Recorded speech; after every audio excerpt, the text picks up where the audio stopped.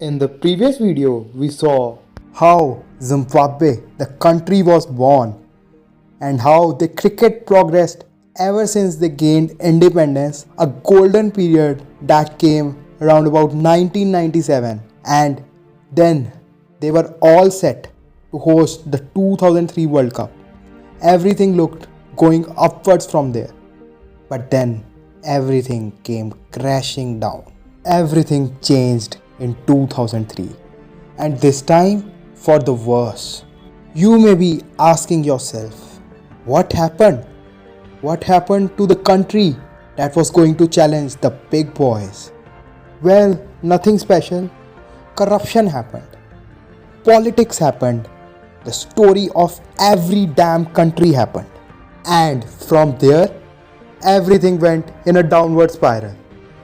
As the influence of then President Robert Mugabe increased over the cricket operations of the country, he was responsible for prevailing racist and anti-white policies at that time. Farmers were suffering, their lands were taken away.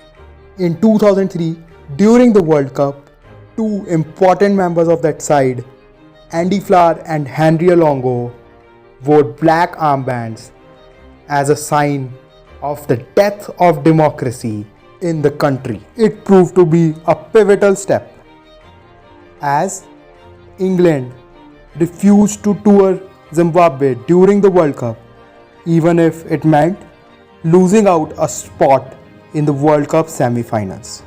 This was a big blow to Zimbabwe cricket. Andy Flower took retirement immediately after the World Cup and moved towards England. But Olonga had a real tough time, and he was given death threats and chased by Robert Mugabe's secret police. Olonga faced charges of treason, which in Zimbabwe is punishable by death. His international career for Zimbabwe came to an abrupt end as he had to go hiding from the government and its officials. Isn't it ironic that Robert Mugabe, who was considered a big fan of Zimbabwe cricket, was becoming the single reason of the death and the demise of Zimbabwe cricket? In 2004, Zimbabwe cricket team, led by their captain Heath Streak, decided to organize a protest against the current government, but he was suspended from captaincy by the Zimbabwe Cricket Union along with 15 other senior players. The ICC weirdly still wasn't able to find any clear evidence of racism that was prevailing in Zimbabwe. It was quite clear what was happening in Zimbabwe, but somehow ICC was not able to see anything wrong in what was happening. Journalists were not allowed to travel to Zimbabwe, but still no action was taken. In 2006, Zimbabwe went into an economic crisis. Various cricket nations also cut their ties with Zimbabwe. There were boycotts within the team as the players were not being paid their salaries. The domestic first-class competition, known as the Logan Cup, was also suspended.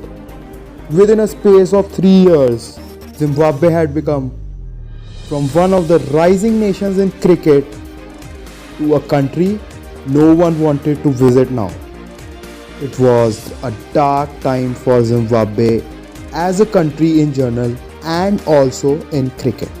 Finally, things started looking upwards for Zimbabwe and improvement was seen when it was announced that in 2011, Zimbabwe Cricket had signed a 3-year $1 million deal with Reebok, and things went quite well till 2014, as during this period, Zimbabwe also returned to Test cricket under new leadership of Brendan Taylor, who is literally the only Zimbabwe cricketer right now who is bearing the flag of Zimbabwe cricket.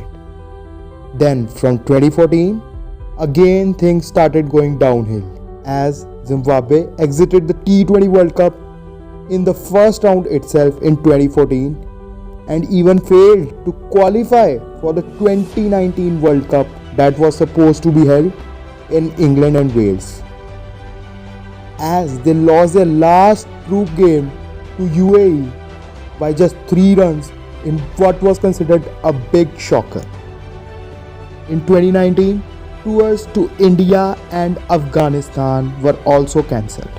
Finally, in 2020, due to the growing corruption and the political intervention of the government in cricket operations of Zimbabwe, the Zimbabwe Cricket Association was suspended by the ICC in the year 2020, and probably a big blow to the players involved.